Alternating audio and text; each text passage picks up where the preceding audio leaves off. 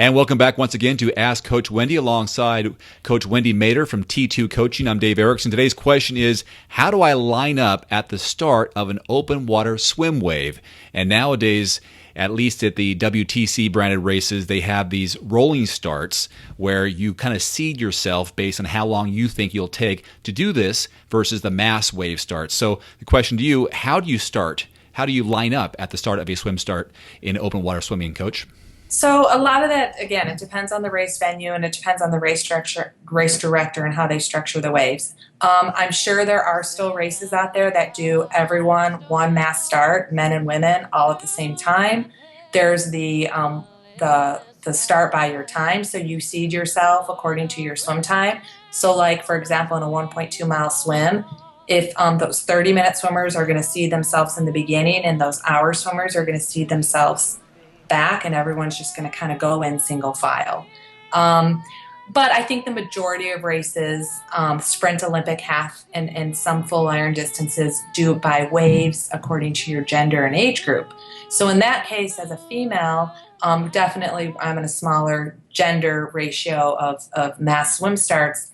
Myself personally, as a swimmer, I'm going to start front and center and take off because I'm a swimmer.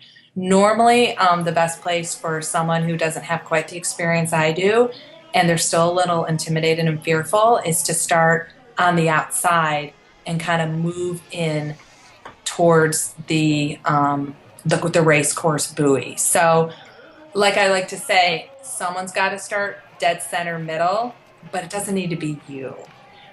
If you're really, really new and very, very intimidated by open water swims, mass starts, start in the way back. Be the last one to go in your wave so you can totally have clear water and clear space.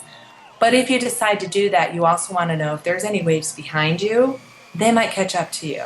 So even though in the beginning you may have all this water and space, you may get run over by other swimmers. So my best advice is to practice. And expectations for those first 100 to 200, maybe 300 yards on how your technique may be different than what you have practiced in the pool? That's a good point. I like to take those first 100 or 200 yards, I swim with my head out of the water because even though, I try to start front and center, but there are going to be swimmers that kind of get in front of me.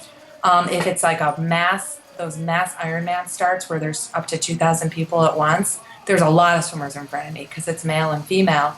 So I like to keep my head out of the water because I don't want to get kicked or hit by anyone. And I'm less likely to, if I have my head out of the water, I'm more likely to kind of visualize and see where I'm going instead of having my head in the water. So a little bit shorter and choppier is my stroke.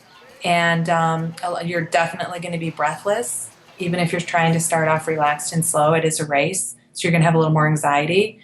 And you want to sight a lot in the beginning. Sight frequently. It's going to help you out a lot so you don't go off course. And I know on T2Coaching.com you have a section there on how to acclimate to cold water because not all swims are going to be, 65, 70 degrees. You're going to have some issues when it's probably below 60. Exactly. That's important. The water acclimatization blog that I have on my site is going to just take you through a 4-step process of how to get used to, you're never really going to get used to cold water, but how to acclimate to it, to warm up to the water before your wave goes off.